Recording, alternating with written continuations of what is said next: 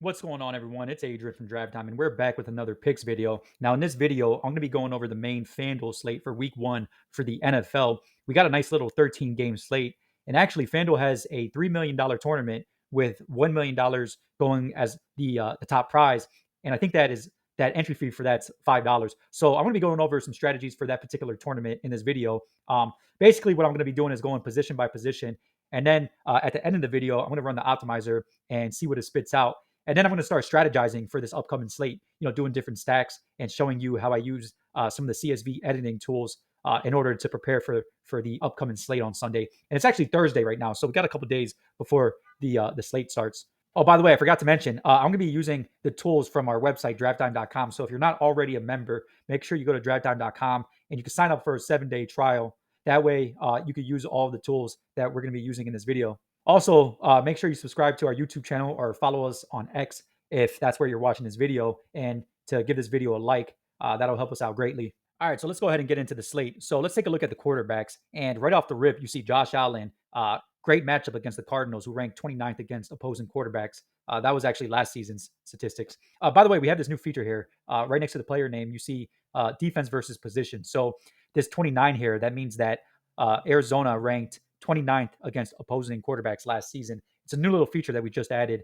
So it's a nice little feature to help you kind of identify good matchups and bad matchups. As you can see, it's color coded. So, the better the matchup, the darker the green, the worse the matchup, the darker the red.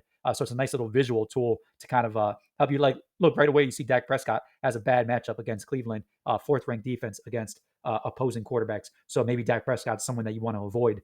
And by the way, I'm using last season's statistics to come up with these rankings, and I'm going to continue to use last season's statistics and this season's statistics up until we have at least 5 weeks for each team. Then I'm going to use the current season statistics for defense versus position, because there's no point of having DVP rankings if there's only one game. It's going to be not a large enough sample size. This feature is also going to be available for the NBA when the NBA starts next season. So really good feature. I encourage you guys to take advantage of it. Now, Josh Allen is a little bit expensive, $9,200. So maybe you want to fade him and go in a different direction. Because I'm pretty sure Josh Allen gets picked up by the optimizer. Yeah, you see, he gets picked up. So he's probably going to be pretty highly owned. If I had to guess, I'd say he's going to be the most highest owned player of the slate, or quarterback rather. So maybe you go in a different direction. I like CJ Stroud. A lot of people are expecting him to have a huge season with all those weapons. $8,500 going against the Colts, below average against opposing quarterbacks. It's a pretty decent matchup. I also like Jared Goff and Matt Stafford in that game. Pretty good prices. They're both in the 7,000s, and that's supposed to be the highest scoring game of the slate. And actually, the Rams are pretty bad against opposing quarterbacks, ranked 27th, and then the Lions ranked 30th. So really good matchups there. Another guy that I'm going to consider is Tua, going up against the Jaguars. Pretty bad against opposing quarterbacks last season. $7,700. That's a decent price. Usually, Tua gets off to a pretty hot start in the beginning of the season, and then he kind of tapers off towards the middle and the end of the season. So I expect that trend to continue. So maybe you consider doing, maybe a Tua and Tyreek stack, or maybe a Tua Waddle stack. I'm definitely going to do a few lineups like that. Baker Mayfield, that's another guy that I like, mainly based on his matchup. He's going up against the Commanders, who were dead last season against opposing quarterbacks. $7,200. That's pretty cheap. So he's someone that I'm going to consider. And then as a sleeper pick, someone you might want to consider picking up, Jaden Daniels, going up against the Bucks, ranked 24th against opposing quarterbacks last season, because he might end up being this year's Anthony Richardson. Hopefully, he doesn't get injured like Richardson did. But he's a rushing quarterback, gets a lot of rushing yards, a lot of rushing touchdowns. At least he did at LSU. So he might be a pretty good. He might end up being a pretty good fantasy player. But yeah, those are all of the quarterbacks that I like. Let's go ahead and take a look at running backs. So for running backs, you got Bijan Robinson, Jonathan Taylor. Those are the highest priced running backs for the slate. $8,800 for Bijan and $8,600 for Jonathan Taylor. I think they're a little bit too expensive.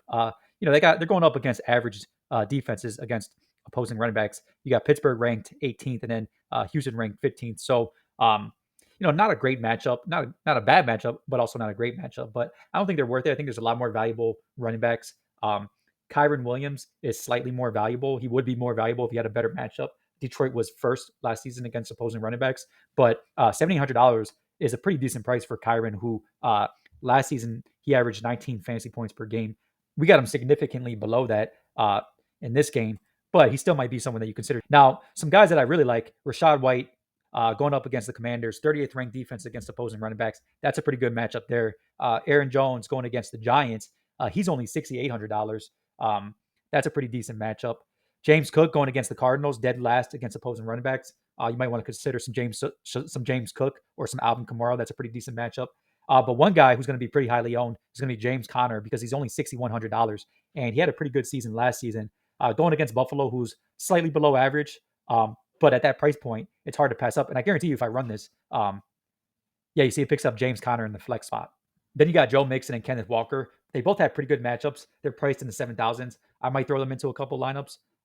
But you got lower price options in Aaron Jones and James Conner. I like those guys a little bit better than I like these guys. But one guy I think a lot of people are sleeping on, and I'm going to throw him in as a sleeper pick, is going to be Raheem Mostert going against the Jaguars, ranked 21st against opposing running backs. A lot of people forget that Mostert, he actually finished as the second best fantasy running back last season behind Christian McCaffrey. So I think a lot of people are sleeping on him. I know a lot of people are high on Achane, but I'm pretty sure Mostert's going to end up getting the start. So I really like Mostert as a sleeper pick at $6,600. That's a really good price. But yeah, those are all the running backs. So let's go ahead and take a look at wide receiver. So for wide receiver, you got the usual suspects: Tyreek Hill, highest priced player of the entire slate at $9,600. I might throw him into a couple of lineups because it's a pretty decent matchup against Jacksonville. And like I said earlier, the Dolphins always get off to a hot start to start off the season. But I'm not going to go too crazy with him at $9,600 because he's going to have to give you 30 points plus in order to justify that price point, which he definitely is capable of. He's absolutely capable of that. CeeDee Lamb, $9,300. That's pretty expensive for someone with a really bad matchup going against the Browns, ranked fourth against opposing wide receivers. So I'm not going to go crazy with CeeDee Lamb. But Amon-Ra St. Brown, that's a guy that I'm going to target, especially stacking him with Jared Goff. The Rams are actually ranked 24th against opposing wide receivers. So pretty decent matchup there, $8,900. So out of all these guys, he's the lowest priced one, including Justin Jefferson, who's $9,000. Now, Jefferson, maybe you throw him into a couple lineups because of his matchup going against the Giants. But at the same time, he's got Sam Darnold throwing him the ball. So I'm not going crazy with Justin Jefferson. But Puka Nacua and Cooper Kupp, I like them. And I actually like stacking a bunch of guys from that Rams Lions game because that game is supposed to be pretty high scoring. So I'm going to throw in some Puka and Cooper Kupp. Nico Collins, not a great matchup, but a lot of people are really high on him this season, including myself. And I actually think he gets picked up by the optimizer.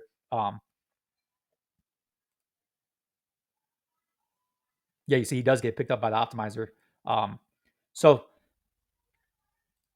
yeah, you see, he does get picked up by the optimizer. So he's someone you might want to target. I'm also going to consider fading him. Maybe you fade him for one of the other wide receivers on Houston. Maybe you fade him for Tank Dell or Stephon Diggs. You got Devontae Adams. Pretty decent price, $7,500. Pretty decent matchup against the Chargers. I'm not crazy about Gardner Minshew throwing him the ball, but maybe you throw him in just because he's so cheap and he's Devontae Adams. But I like the Bucks receivers, Mike Evans and Chris Godwin. Chris Godwin's only $5,600, so he's a guy I'm going to target. Mike Evans, they got a really good matchup going against the Commanders, ranked 31st against opposing wide receivers. So I'm going to throw in some Mike Evans. And then a couple more guys. DJ Moore, I'm going to target him. He had a huge season last season. He's under $7,000 going against the Titans. It's a pretty good matchup for him. And Jalen Waddle, he's someone I'm going to throw into a couple of lineups. I think he's going to have a better season than he had last season. They're not going to be chasing that 2,000 yard mark for Tyreek Hill again this season. So yeah, let's go ahead and take a look at tight ends now. So the top ranked tight end, that's going to be Sam Laporta. Only problem is he's $8,000. I know he has a pretty decent matchup, but I'm not crazy about that price. I'd rather pick up someone who's a lot cheaper. Someone like Evan Ingram going against the Dolphins, who ranked 27th against opposing tight ends. That's a pretty good matchup there. Now, another person that everyone's high on, myself included, is Dalton Kincaid. With Stephon Diggs gone, a lot of people think he's going to be the number one target over there. So maybe you consider picking up a little bit of Kincaid, maybe even stacking him with Josh Allen in a few lineups. But other than that, there's not really a lot of options at tight end. Maybe you consider going with Kyle Pitts against Pittsburgh. They're ranked 23rd against opposing tight ends. $6,300, pretty decent price. And a lot of people think he's going to have a much better season than he did these past two seasons with Kirk Cousins throwing him the ball. I think I would agree with that. If you're trying to save some money on tight end, I would go with Okonkwo. Going up against the Bears, 25th ranked against opposing tight ends. He's only $4,800. So if you go with someone like him, you might be able to save somewhere else by spending down on Okonkwo. But let's go ahead and take a look at defenses now. Now, if you want one of the top tier defenses, you're going to have to spend a decent amount of money. All of the defenses that have good matchups, are all priced in the 4,000s. If you want to save a little bit of money, maybe you take a look at the Falcons going up against Pittsburgh, $3,600 for the Falcons, or maybe you look at the Giants going up against Sam Darnold, $3,800 if you're trying to save some money on defenses. Otherwise, you're going to have to spend up. Saints have a great matchup. The Bengals have a great matchup against the Patriots, but it's going to cost you. But yeah, those are pretty much all the different positions. Now let's go ahead and start strategizing for week one. I entered a few FanDuel contests so I could kind of show you guys how I start preparing. Okay, so the first thing I need to do is I need to import the FanDuel CSV file. So I just downloaded the file from FanDuel. So let's come over here to Saved Lineups, CSV Edit, and now I can import that file. So here's that file. I entered a couple 50-50s and some of the Sunday NFL Million. So now what I need to do is I need to start assigning different lineups to all these entries. And as far as I'm aware, we're the only optimizer out there that even allows for you to do this. Most other optimizers, you have to download, a CSV file with a bunch of entries or lineups rather, and then you have to download your entries from FanDuel. You have to open up both of those files in Microsoft Excel, and then you have to start doing a whole bunch of copying and pasting. So this is actually a lot more convenient. You could do this from a mobile device, whereas with that other method, you have to be on a desktop computer, which is a huge inconvenience. So anyways, now I'm going to start assigning different lineups to all these different entries. And I'm going to show you how I personally do it. I mean, everyone has their own method, but I'm going to show you my method. So let's come over here to player pool. All right, so the first set of lineups that I'm going to run is I'm just going to run a default stack. And the way you do a default stack is you come over here to rules and you say always include a quarterback and one receiver from the same team. And then I also like to click this button right here just in case, exclude opposing defense against your quarterback. All right, and I'm going to do 5 lineups like that. So let's change this to 5. And now I'm going to click on this save strategy button. And now you see all of those settings populate. Always include a quarterback and one receiver from the same team and exclude opposing defense against your quarterback. So by saving a strategy, you could access these settings later on the optimizer. And what it does is it saves it to your drive time profile. So you can access it later on from any device. And I'm going to call this default 5 stacks. I'm going to say save and clear strategy. And when you hit this button right here, save and clear, it clears out all those settings that you just added. And now there's some other stacks that I want to lock in there. I think those are going to be Josh Allen and Dalton Kincaid stacks. So I'm going to do some other stacks too. I'm going to do some Dolphin stacks. I'm going to do 3 of those. And I'm going to call that Miami stack. Save and clear strategy. And now it cleared out that stack. I'm also going to do a cash lineup. So the way I like to do a cash lineup is I come over here to the player pool and I put 100% weight on, well, let's zero out this draft time projection and let's put 100% weight on this PRJ2. And what PRJ2 is the cash adjusted projections. So basically the higher owned the player, the higher his projection, and the lower owned the player, the lower his projection. It's nothing drastic, but it's subtle enough to make a difference in your lineup because, for a cash tournament, you want your players to be high owned because you're just trying to finish in the top 50% of the field. And it works the opposite way for the GPP projections, which is right over here in PRJ1 column.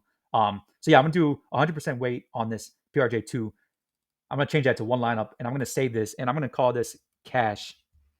I'm going to save and clear that strategy. So it cleared that out and now it's got all the default settings back on the optimizer.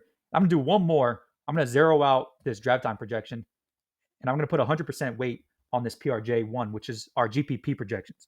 So with this, you're trying to find contrarian. So this is for GPP tournaments. You're trying to find low-owned players. That way you can be contrarian. But you also want to make sure that you're doing a stack for this. So I'm going to come over here to stacks, or actually rules rather, and I'm going to make sure I'm doing a stack. I'm also going to hit this always exclude opposing defense against your quarterback. And I'm going to come back here to player pool. And I'm going to make sure I exclude Josh Allen because we already got him in a bunch of lineups. And I'm going to run 3 lineups like that, and I'm going to call it GPP lineups. And I'm going to say save and clear strategy. So now we got a bunch of strategies, and we could start running lineups now with all those different strategies.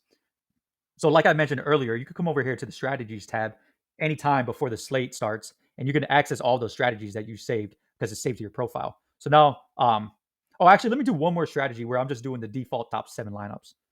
Default top 7. So this is just the top 7 lineups with no particular settings on it. So now we could start applying all these different strategies and running lineups. So I'm going to apply the default top 5 stacks. I'm going to generate lineups. And now you see it's giving you Josh Allen and Kincaid, 5 of those. They all have Josh Allen and Kincaid. So I'm going to save these. And I'm going to hit save lineups. And Josh Allen, sometimes he might be a guy that you want to avoid stacking because he might get you 2 rushing touchdowns and have a big game. But none of his receivers have a big game. But we'll stick with this for now. I'm gonna go over here and apply this Miami stack. I'm gonna run these lineups, and it's gonna give me Tua and Tyreek. I'm gonna save those. I'm gonna run this cash lineup. I'm gonna save it. I'm gonna run these GPP lineups.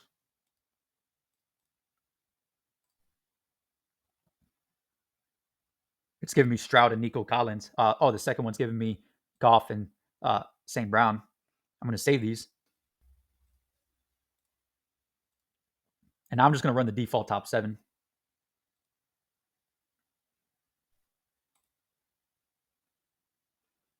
And I'm gonna save these. So now we have a bunch of lineups saved, and you access them by going over here to save lineups. And now you see all these different lineups. You got the default top 7, default top 5 stacks. So let's start applying all these different lineups to different entries. So let's start with the default top 7. Let's go over here to CSV edit. And now these are all. If you click on any of these lineups, you can see default top 7 lineup number 1 all the way through lineup number 7. So let's apply these to some of these Sunday millions. So now we just applied the default top 7, and let's hit save changes. Okay. Now let's go over here to default top 5 stacks, and let's apply that to the Sunday million. Miami stack, cash. Okay, so this is our cash lineup. I'm going to apply these to 3 of these 50-50s. Now, with the other 50-50s, I'm just going to use the default top lineup. And actually, let me come back over here to default top 7. And I'm going to make this number 1 lineup right here the default. So all of these entries that don't have any lineups assigned to them are going to go with the default lineup, whatever you set as your default. All right, so now we got the GPP lineups, and I'm going to apply these to the Sunday million. So now we got a bunch of lineups. And now when I click on this rebuild FanDuel file, okay, so right now we just got basically all these entries from FanDuel have this particular lineup applied to it. But now when I hit rebuild FanDuel file, and now you see all these different lineups populate. And when you click on the entries, you see all the different entries that are using these particular lineups. And actually, when I clicked on this rebuild FanDuel file, what it did is it downloaded a CSV file to my downloads folder. So now I could go into FanDuel and I could import that file, and it'll update all my lineups on FanDuel. Okay, so now we got all these lineups. We could come over here to view exposure, and we see that Aaron Jones and James Conner are in 100% of the lineups. So maybe you want to do some lineups where you exclude them. Maybe you want to do some more where you exclude Cooper Kupp. That way you get some more exposure to some other players. But yeah, let's come back here to entries. And there's I don't know, was that like 8 more entries here that you could kind of strategize for. And I'm not going to do that in this video because we've already gone pretty long on time. But some other stacks that I like Jaden Daniels and Terry McLaurin. I like Baker Mayfield and Godwin, or Baker Mayfield and Mike Evans. So maybe you want to consider those guys. So I like to do all my strategizing, well before lock.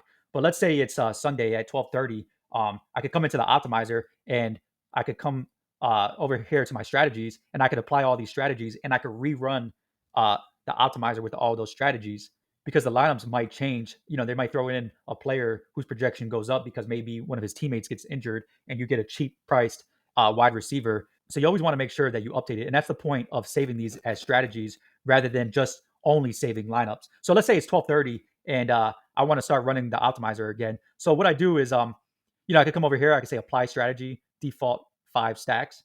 I could run that. And now come over here to save lineups. And now it's automatically set to replace existing set of lineups. So I'm going to replace the default top 5 stacks. Okay, so because I already have lineups saved called default top 5 stacks. So I'm going to replace that. And now that I've replaced that, now when you rebuild your CSV file, it's going to use those new lineups.